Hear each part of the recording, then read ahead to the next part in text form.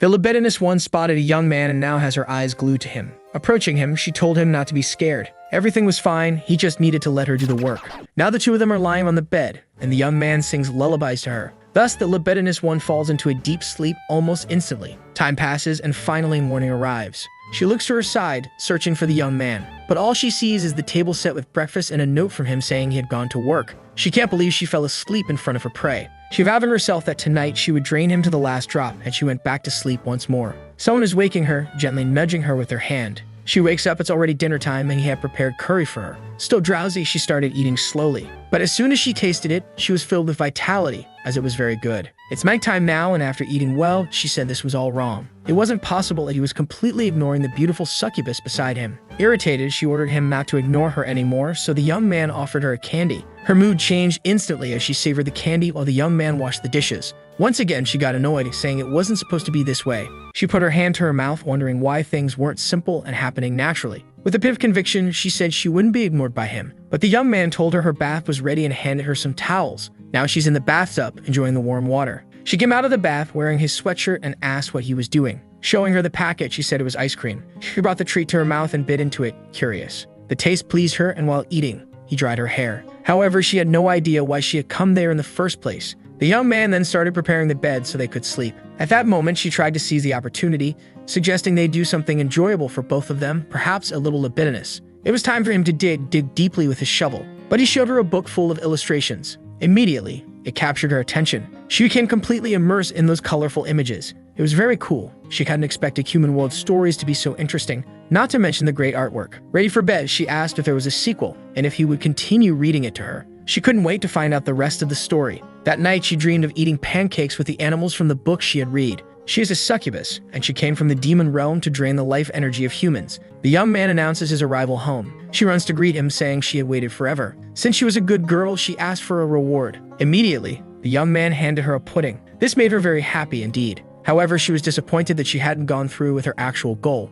She ended up sleeping on the floor in a position that would certainly require censorship. The young man approached her, and she gave a faint smile. She decided to keep pretending as she realized he was looking at her too much and would surely launch a Soviet attack on her. Certainly, this time she would drain his life energy. But all he did was close her legs to the editor's relief. After that, he went to get some blankets from the closet. He covered her so she wouldn't feel cold anymore. After petting her, the succubus fell into a deep sleep. 3 hours later, she woke up disoriented, wondering if her plan had worked, but she heard that the curry was ready. She approached the young man with her plate full of rice, asking him to pour curry over it. It was yet another peaceful day in her life. Holding a tablet, she gathered information, and it seemed she finally understood how some things worked. She asked the young man to buy something for her because she needed it. The next day, he handed her what she had requested. She suggested playing a game with him, one where she could certainly end up draining his life energy. With the tools in hand, it was time to put her foolproof plan into action. It was up to the young man to be prepared for her merciless attack. She approached him, drawing his attention, saying that it was really delicious. She wanted more of it, but he said he would buy some the next day since he was now preparing dinner. The succubus had discovered something new, and it was very delicious. At dinner, she asked to carry the bowls, and the young man simply reminded her to be careful. For this new plan, she intends to help him and, as a reward, will drain his vitality. She will definitely achieve her goal, but being excited, her tail knocked over both bowls. She looked back, completely disappointed with what had happened. The young man then arrived to clean up the mess while she apologized. Consoling her, he said it was okay, and that just seeing her wanting to help already made him happy. She got up excitedly, saying she would help even more now, and he thanked her. She went to bring the next bowls, but as she turned around, her tail threw one of them into his face. However, she was too enthusiastic to notice what she had done, and the young man realized what might be causing it. As she turned to get the rest, he reached out to steady the bowl so it wouldn't be knocked over. Lying on the floor, she thanked him for the meal, saying it was delicious. But it didn't take long for her to regret it because that wasn't what she wanted. She had been in the human world for a month and couldn't absorb any vitality. She needed a new plan. For that, she decided to observe him very carefully. As soon as he arrived home, she greeted him and heard him say he was going to prepare dinner, so she should wait a bit.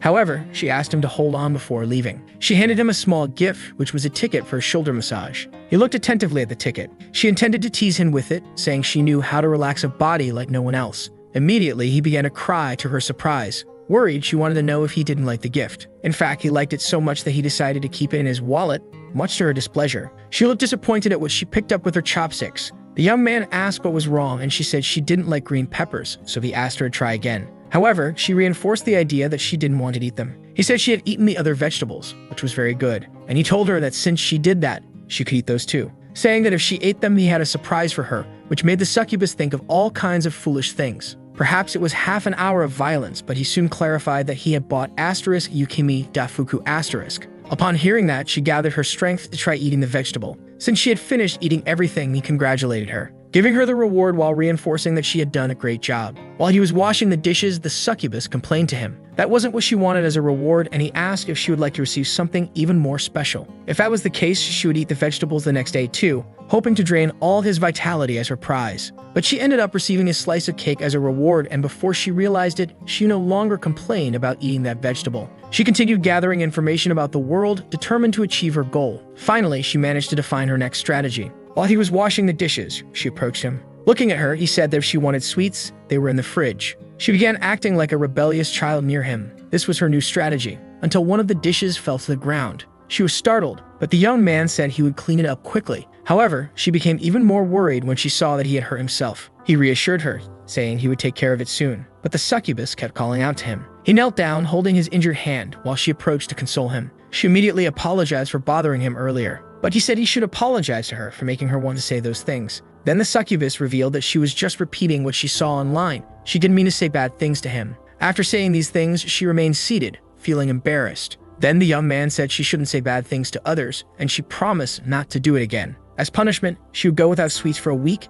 teaching the succubus that the young man could be quite scary sometimes. In her degenerate mind, that would make him want to punish her in a more libidinous way. With the tablet in her hands, she asked if it was okay to buy those clothes for her. He was just curious about what she would do with her wings, but the succubus firmly stated she could hide them and that the result would be a surprise. A few days later, she was dressed as a schoolgirl and wanted to know what he thought about it. Certainly, he wouldn't resist the cosplay, and the succubus said he could do whatever he wanted with her. Unexpectedly, what he did was take several pictures of her, saying they turned out great. Looking at them was somewhat moving, and she asked him why. Even his mood had improved, so she asked him to give her his life energy. However, the young man said he had bought donuts and offered them to her, which she immediately wanted to eat. While she ate, he went to sew her school uniform since her wing had torn it. Yet another plan of hers had failed. Still, he had bought more clothes for her. This made her very happy, and she wanted to try them on right away. Maybe this way she could seduce him more easily. He said she looked very cute, and that these were popular clothes among children. But she shouted at him, insisting that she wasn't a child. Now she's sitting on the floor, patiently waiting for her moment, wondering how the young man will react when he sees her.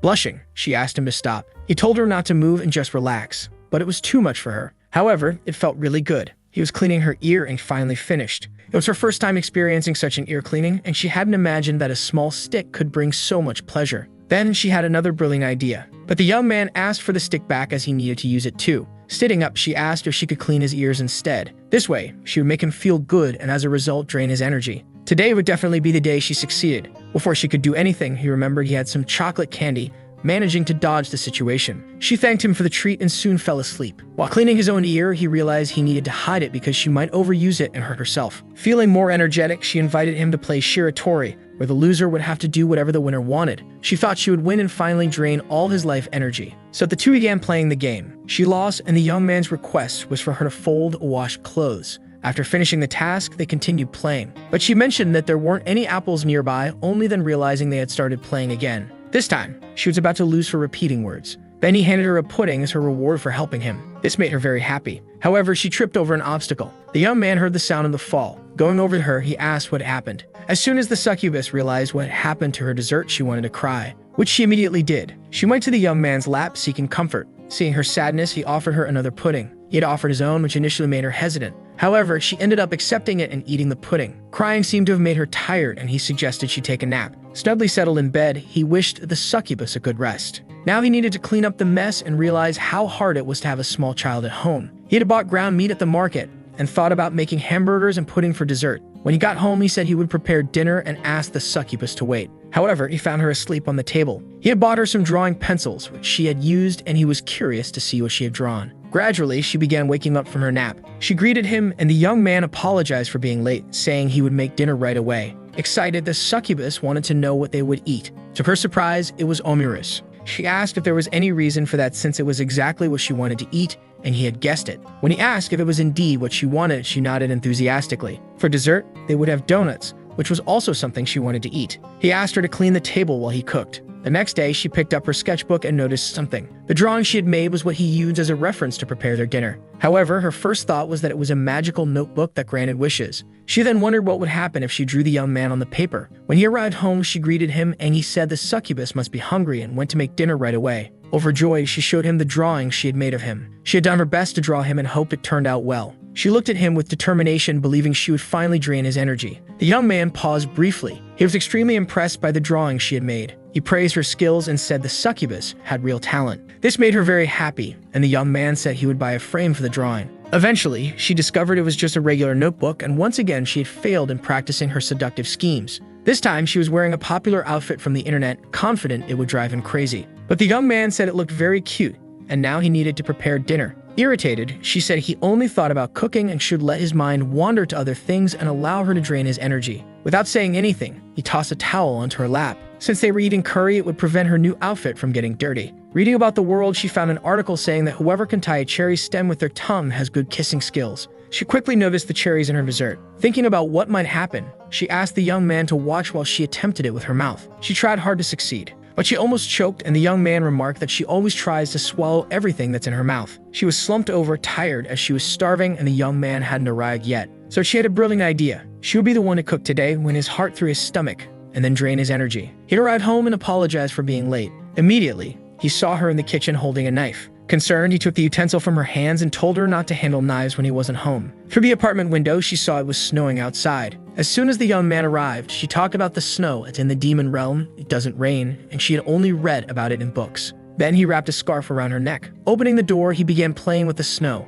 After a while, he showed her a snowman he had made, and now she wanted to make one too. But he would only let her do it after buying gloves for her, which made her a little sad because she wanted to do it right away. Christmas arrived and she was very happy because it was her favorite time of the year, and the young man was glad to see her enjoying it. There was no such holiday in the demon realm, and she only knew about it from books. That's why she was having so much fun. Not to mention that for those in love, it's a fantastic time, and she hoped to use this opportunity. However, she got so excited that she exhausted her energy and went to sleep, and her sleep was deep during this time. While drawing, she said she wouldn't get a gift from Santa Claus because he doesn't visit her realm. Besides, he only gives gifts to children, and she's already a grown woman. At least that's what the young man imagined she would say about receiving gifts. In her sleep, she dreamed of Santa Claus. The young man was thoughtful but left a bag beside her. When she woke up, she was surprised, and the young man said Santa Claus had stopped by and left her a present. He was curious to see what the succubus had received as she began unwrapping the gift enthusiastically. She found a teddy bear inside. He observed from afar and commented that it was a stuffed animal. Indeed, she was very happy with her gift. This made him sigh in relief at her contentment. Playing with the plush toy, she asked Mr. Bear what they should do that day. The young man watched her playing and remarked that they were getting along very well together. Since she cried a lot over the snowman melting, Santa Claus sent her a teddy bear so she wouldn't feel alone. Then she noticed the resemblance between the two, now believing it to be the reincarnation of her snowman. Happy, she wanted to write a thank you letter to Santa Claus. She was eating happily because her meal was very tasty. She told the bear she was eating tempura, which was very crispy and flavorful. The young man asked if it was really that good since she was praising the food more than usual. Since the bear didn't eat, she said it was to let him know how she felt. Not to mention that the meals he prepared were always delicious. The next day, she suggested they all go out for dinner. She looked at the teddy bear and asked that it was happy to have his own chair now. Even she wanted to know what it felt like to sit in it. And so she did, which made her happy. However, she soon realized something unusual had happened. The young man appeared, having heard a loud noise. He was surprised and asked if it was the chair, but the succubus tried to explain herself in every way to say she hadn't farted. She was actually stuck, and the young man asked her to relax. Intrigued by that new food, she asked what it was, and the young man told her it was mochi and recommended she try it. She takes the first bite and notices the food was almost elastic. This kept her entertained. She began thinking about stretching it as far as possible. The young man assumed she wanted more, but in reality, she wanted him to pull the other end of the mochi, which broke almost immediately. She was instantly saddened because she thought the mochi would stretch more than that. But the young man didn't know and grew concerned about her reaction. He felt relieved when it seemed the succubus was in a good mood again. He told her to eat more slowly as eating too fast could be dangerous. Using a teddy bear, he explained that mochi is delicious. But if it gets stuck in your throat, you won't be able to breathe. And that's what happens to those who don't eat slowly. She grew upset, and the teddy bear had to console her. Two of her friends began chatting with her, but the succubus was engrossed in her reading. They commented that only she does this and that they couldn't imagine dealing with humans themselves. Curious, she asked them what they were talking about. They explained the reason. She wasn't interested in men and often got distracted by things she found intriguing. Until they graduated, they were forbidden from draining vitality. This only made her feel anxious. Graduation was near, and they decided to keep supporting Rue, who had already visited the human world. However, she told them she was doing great. She vowed to outdo them and drain the vitality of many humans. They remarked that Rue was adorable when she tried to act tough but still found her situation concerning. She opened her eyes, perplexed. It had all been just a dream. Then she began to reflect on what she had dreamed. She had completely forgotten she was a succubus. In any case, she needed to live up to her words. She resolved not to be treated like a child by her peers anymore. The young man announced his arrival home. The succubus declared that today would be the day she drained his vitality. However, he had found a soft loaf of bread at the bakery and brought it for her. For a moment, she was speechless until she exclaimed that the bread was so fluffy. Moreover, it was truly delicious. Once again, she had failed, which left her feeling down. But she wouldn't give up, and this time she planned to wait until he fell asleep to drain his vitality. If she approached him when he couldn't defend himself, she had the advantage. The young man suddenly remembered something he had bought. A new towel to use as a pillowcase, very soft, and he hoped the succubus would like it. It was indeed very soft, and it made her fall asleep. It had been a while since the succubus arrived in the human world, and even so, she still hadn't drained any vitality. It was all the young man's fault, as he treated her like a child and kept spoiling her. So from now on, she decided she would resist everything he did. She pouted, refusing dinner, and the young man asked if she was feeling well. She replied it had nothing to do with him. But her stomach said otherwise, and the succubus claimed it was the teddy bear's stomach. The young man then invited everyone to dinner. Her stomach was full, and he asked if she had enjoyed the oden. The succubus admitted it was delicious. Only then did she remember that she was supposed to have resisted that day. The young man mentioned that her bath was ready, but she refused to go. Worried, he noted that while she didn't need baths, she still took one every day. In fact, he had even bought something for her to enjoy in the bath, but now it seemed useless since she wouldn't bathe. Soon enough, she was in the tub, playing with a rubber duck. She said it was a very fun bath, and the young man asked if she played with the duck. She confirmed she had. Then she got upset because she had been receptive to him once again. When he mentioned bedtime, she refused to go to sleep. In response, he asked if they should stay up together. Immediately, she became entertained by the bag of popcorn he brought. Now they were both sitting in front of the television. Happy, she said this was much better than just watching videos and wanted to see the next movie. The young man said he'd put on another one. The succubus yawned, having just woken up. The young man greeted her good morning and commented that she seemed drowsy since they had stayed up late. However, she woke up because she smelled something delicious. He told her she could go back to sleep and that he'd save some pancakes for later. Still sleepy, she committed to eating them all because Rue loves pancakes. This surprised him as it was the first time he had heard the succubus's name. Now Rue is more cheerful because she managed to get plenty of sleep. She can't wait to start drawing to pass the time. Looking at her, the young man wanted to ask something and inquired if it was okay to ask her a question. It was about her name, and the succubus said she had been instructed not to tell anyone. This is a rule of the demon realm, and the young man thought it was best not to mention that she had said her name while she was asleep. But excited, she blurted out that she shouldn't have told him her name is Runorish. Realizing her slip-up, she quickly said she didn't actually say her name, and the young man tried to calm her down using the teddy bear. In the demon realm, if you reveal your name, it can be used by malicious humans. Now that he had this explanation, he said he would forget her name. But since he is a good person, Rue said it was fine, and he advised her to be more cautious. He reminded her to think about herself in case someone used her name to do bad things. Intrigued, she asked if he would do bad things, but he said no. If that's the case, then it's fine. She didn't mind, which made the young man worry about her future. From now on, he said he wouldn't call her by her name. She wanted to know why he wouldn't do that, to which he replied that she should be more careful. Because if she kept saying her name, there was no guarantee it couldn't harm her. With her eyes shining, she wanted to know why he wouldn't call her by her name. Then he called her Ruchan, which made her very happy. Concerned, he asked if she felt anything strange since he had been calling her by her name frequently, but Rue said she felt fine.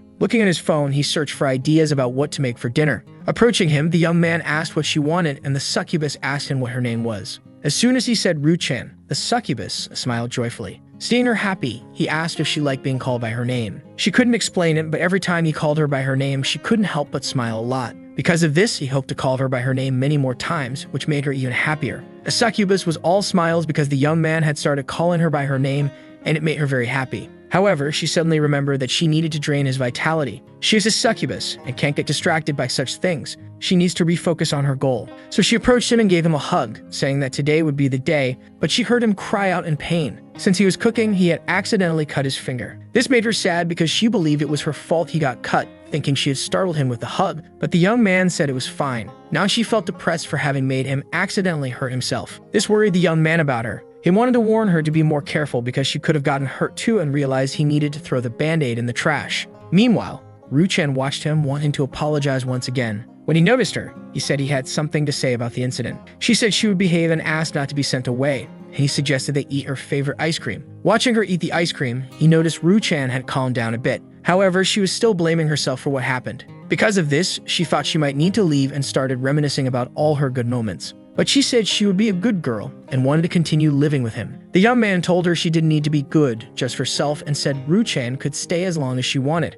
He only asked her to be cautious while he cooked, and Ru-chan fell asleep while hugging him. Gradually, she began to wake up. She got out of bed still lethargic. She soon saw that the young man was cooking. She approached him because the smell was pleasant and wanted to know what they would eat today. But she immediately stepped back, worried, saying she didn't want to disturb him or anything like that. She was just drowsy but began blaming herself, thinking she might make him hurt himself again. Looking at her, the young man said he was making stew and wanted to know if Ru-chan would like to try it. Excited, she already had her plate ready for it. Proudly, she told him she had cleaned the table. Then he placed the plate of stew in front of Ru-chan. Instead of getting upset with her, the young man gently forgave her. That's why she needs to be careful and avoid causing him more trouble. This was the vow she made to herself. But looking at the teddy bear, she noticed something. One of his arms was coming unstitched. She immediately became worried about what she had done to the teddy bear. She didn't know how to tell the young man about it. She imagined he would judge her and say it was unforgivable. So she thought about what to do to avoid getting scolded. When he got home, he asked what Ru-chan was doing since the teddy bear was wearing his sweatshirt. She explained that the teddy bear was cold, so she dressed it in some clothes.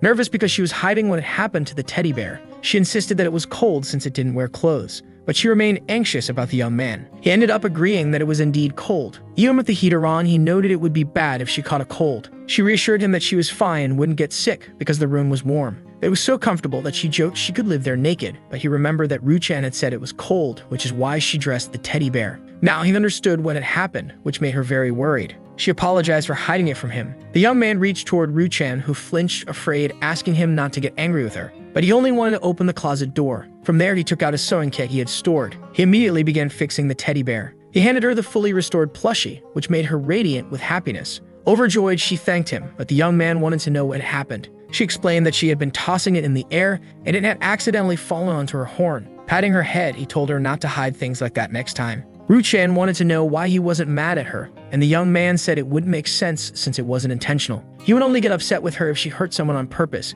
which reminded her of the time she had said mean things to him. Jokingly, he said he should punish her by not letting her have any curry for dinner. But then he added that she could eat as much as she wanted. A young man wakes up from his bed. A woman scolds him for what happened to the plushie. She mistreats him because of it, throwing the torn plushie at him, leaving him feeling desolate because of it. Then the young man woke up. It had all been a nightmare. He looked over at Ru-chan, who was sleeping deeply, and gently patted her. He then announced he was leaving and asked her not to open the door, even if someone rang the bell. She agreed and wished him a great day at work, and before leaving, he stroked her head. Because of this, she thought he seemed different that day. It made her wonder if he was hiding something from her. If that were the case, she would think of punishment for him as well. The only punishment she could recall was from her Demon World colleagues, which involved stroking tails. However, she quickly got distracted, remembering how delicious lollipops were. Indeed, she wanted something sweet, but she also needed to think about a punishment. While she was thinking, the doorbell rang. This startled her, and she decided to stay quiet so they would think no one was home. She began walking carefully, but the person outside said they had candy. Hearing this, she forgot what the young man had said and opened the door.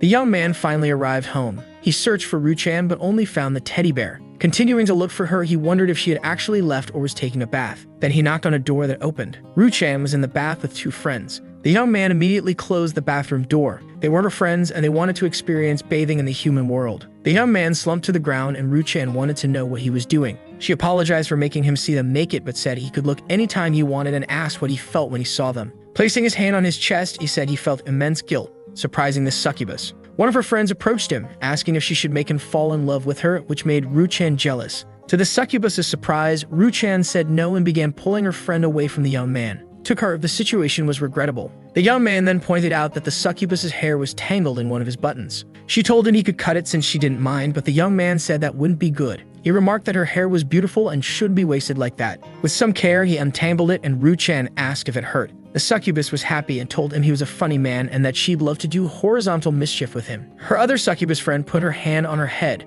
noticing Ru-chan's jealousy. The young man, unused to hearing such things, decided to make omelets and rice, hoping to change the subject. The succubus is in love and believes the young man must have hidden intentions because her heart is racing. Whether this is true or not, she enjoyed teasing Ru-chan. But the sensible succubus said her friend should know when to stop. The food is ready, and he made enough for everyone, asking them to eat before leaving. They were surprised by the presentation of the dish, while Ru-chan proudly remarked that the young man is really skilled. Faced with the dish, they were completely enchanted, and Ru-chan boasted that she had helped crack the eggs. They even wanted to take a photo before eating, so they gathered for the young man to take a picture of all of them with the dish he had prepared. After tasting it, they became even happier because it was truly delicious. But the sensible succubus remained silent. The young man asked if she was okay, and she replied that she couldn't eat it. She said she couldn't destroy something so cute and even considered keeping it forever. Hearing this, he asked if she truly liked cute things. A little embarrassed, she said he must think it doesn't suit her because everyone says that. She then asked him to forget what she had said and that she would eat now, but the young man told her she was wrong. He said he was glad she liked something he made himself, which made her even more embarrassed.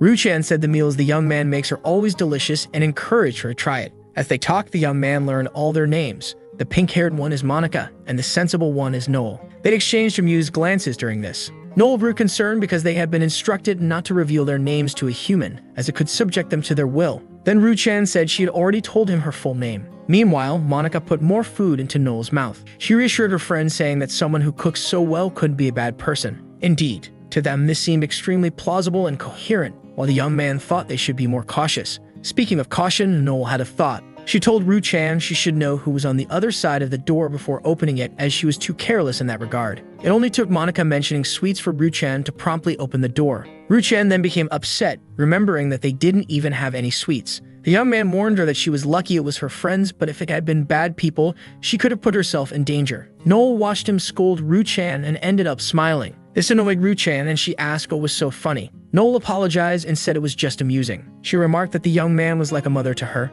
With that comparison, he found himself revisiting memories. His mother hadn't been patient with him at all. Because of this, Ruchan noticed the change in his mood. While he was lost in thought, Monica called Noel. She said they shouldn't interrupt his scolding, and Ruchan approached the young man. Sensing he was deep in thought, she asked what his mother was like. She admitted she never had a mother and didn't know what it was like to have one. She had grown up in an orphanage since birth. Hearing this, he paid attention to her words. She explained she grew up alone and her friends didn't talk much about their mothers either, so she didn't know what having one felt like. When Noel made that comparison, it seemed like the young man didn't like it. She even thought his mother might have been so bad that it made someone as sweet as him show such a bitter expression. If that were the case, she couldn't forgive her. She didn't want him to go through any more difficult situations. Resolutely, she planned to reprimand his mother for being mean. She remembered he had said he would be upset with her if she hurt someone, so if his mother hurt him, she needed to be reprimanded. He thanked her for standing up for him, but clarified that he had never been hurt by his mother. As a man, he felt a little hesitant being compared to a mother. She immediately laughed at that, happy he wasn't saddened by anything.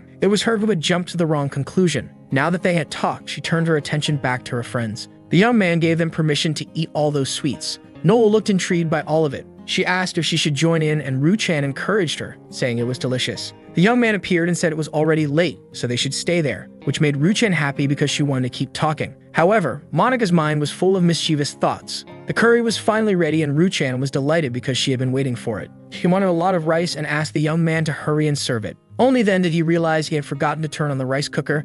The rice wasn't ready yet, which left her startled. He was about to finish cooking it, but seeing the look on her face, he decided to buy rice from the store instead. Noel and Ruchan were sleeping soundly. Meanwhile, the young man took a shower, venting that he wished he could forget. Monica then asked what he wanted to forget. Her presence there surprised him. Sitting by the bathtub, she remarked that he had a beautiful body. Since she had already seen him, there was no need to hide now. She repeated her question about what he wanted to forget, but he advised her to leave the bathroom. Monica assumed he wanted to forget the person who mistreated him, his mother. Her statement left him speechless. If that were true, he had told a huge lie to Ruchan. He wondered how she knew, and Monica explained that his father had abandoned him, and his mother took out her frustrations on him. She pointed out that the burned scars on his back must still hurt. Getting into the tub, she lamented his suffering and offered to comfort him. She offered to make him feel such intense pleasure that he would forget everything else. All he had to do was give her his body and soul. But he placed his hand on her lips. He told her that such things should only be done with someone you love. This made the succubus reflective. She couldn't understand it. This wasn't something you said to a succubus.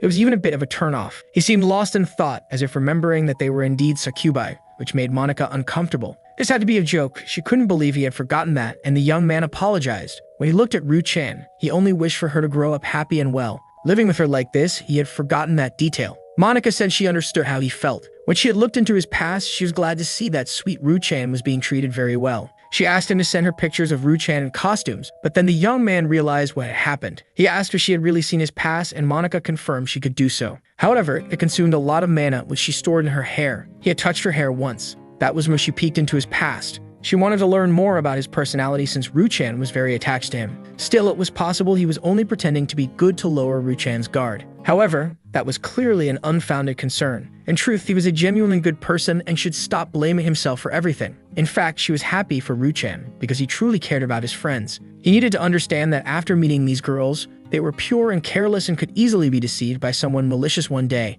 Even the issue of their names, she didn't mind him knowing them. He emphasized they should be cautious and admitted he might unintentionally do something wrong out of ignorance, but Monica said that wasn't a concern. A human who doesn't use mana can't force a succubus to submit, even if they know their names. Sometimes when a demon's name is learned by a human, they decide to trust the person willingly, which is why revealing their names is forbidden. But since he was so kind, she didn't believe he would ask anything bad of them, even if Monica chose not to obey. After realizing this, he stopped calling Ruchan by her name. However, he already knew the others' names and should call Noel by her name too, so she wouldn't feel sad. Ruchan was hungry, and the young man said he had a pudding ready for her. It was delicious, and he said there was chocolate as well. He woke up. It had all been just a dream. Coincidentally, the same thing happened throughout the day, giving him a sense of déjà vu. At school, they were taught not to trust humans as they could be terrifying if they learned their names. Monica trusted him because she had seen his past, while Noel and Ruchan trusted him because they were innocent and pure-hearted. Without a doubt, they could be deceived by someone with bad intentions. That's why Monica was relieved that he was a good person and thanked him for providing shelter for Ruchan.